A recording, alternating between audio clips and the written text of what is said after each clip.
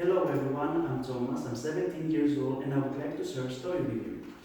So, when I was little, my mother used to narrate different stories to me before I sleep. However, the story that remained etched in my mind is the one that had to do with a dog named Sparkles. Nevertheless, you might be wondering why I'm telling you this, but trust me, you will understand later. So, the story had to do with a dog which was being abused and manipulated just because its owner only wanted it for fun and for his own good. I remember that I cried so much over the story, but I remember my mother's words after the end of it. She said that it wasn't her intention to make me cry, but on the other hand, she wanted me to understand that certain people will always manipulate animals for their own good, and that I should never let anyone abuse an animal.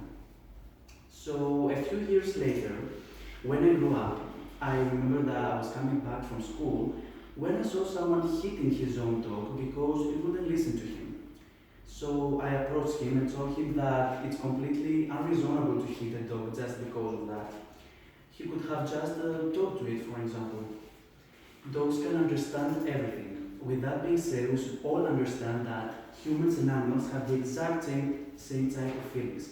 Therefore, both should be treated equally the same. How would you feel if, for example, you were being raised in a family with love until you become old and just get abandoned by your own family? I think most of you wouldn't like that, so I think that we should get all in their shoes for once before we act. Animals aren't our toys. We can't play with them just like how we can't play with people's feelings as well. Furthermore, we all know that people don't like being abused, used, or disrespected, so why do people feel like it's totally fine to treat animals badly? Do they feel satisfied? Sadly, unlike humans, animals are being left outside in the hot heat and starved to death, when in reality they just want to be loved and cared of. In my point of view, I think that humans should be getting the same punishment when they murder people as they do for murder and abandonment on animals. For instance, when someone places poison in animals' food and kills it, they should go to jail to say the least. They take advantage of an innocent soul's hunger. Investigators, however, have shown that that's more likely to happen in hoarding situations than any other circumstances. The most popular animal that's targeted for animal abuse are puppies and cats, obviously, since they're helpless. Another topic that has to do with animals treatment is animal cruelty. Animal cruelty often comes with a history of violence against people. Surveys show that people who intentionally abuse animals have been abused already by their family, so it's no wonder why these people want to do the same, but in helpless creatures which can protect themselves. These people will not even hesitate in killing a human.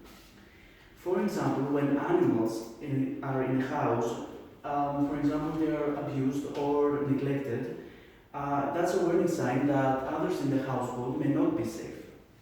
In addition, children who witness animal abuse are at a greater risk of becoming abusers themselves. And of course, when we talk about animal cruelty, we can't forget experimental animals.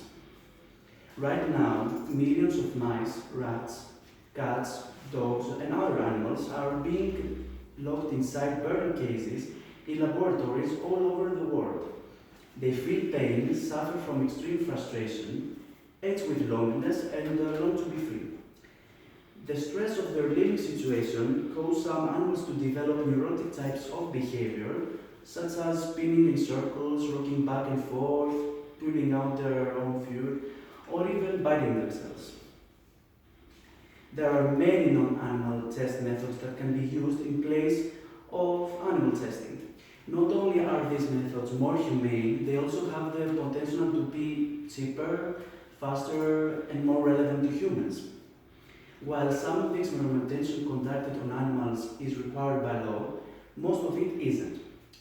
In fact, a number of countries have implemented bans on the testing of certain types of consumer goods on animals, such as the cosmetic testing bans in the European Union, India, Israel, New Zealand, in Norway, and elsewhere. Each of us, however, can help prevent animal suffering and deaths by buying cruelty-free products and donating only to charities that don't experiment on animals. All this is sadly a type of animal cruelty which has to stop. Together we can do it. The reason why I prepared this whole talk is because I want to raise everyone's awareness and make them realize that both animals and humans have a lot of things in common. They live on Earth and both have a heart we will someday stop beating. We should huggle, feel, care for animals, just like how we care for our own children. They're here to live with us, they're part of our nature and life. We can't go against Mother Nature. Thank you for your time. I hope you take everything into consideration and help protect our beautiful animals.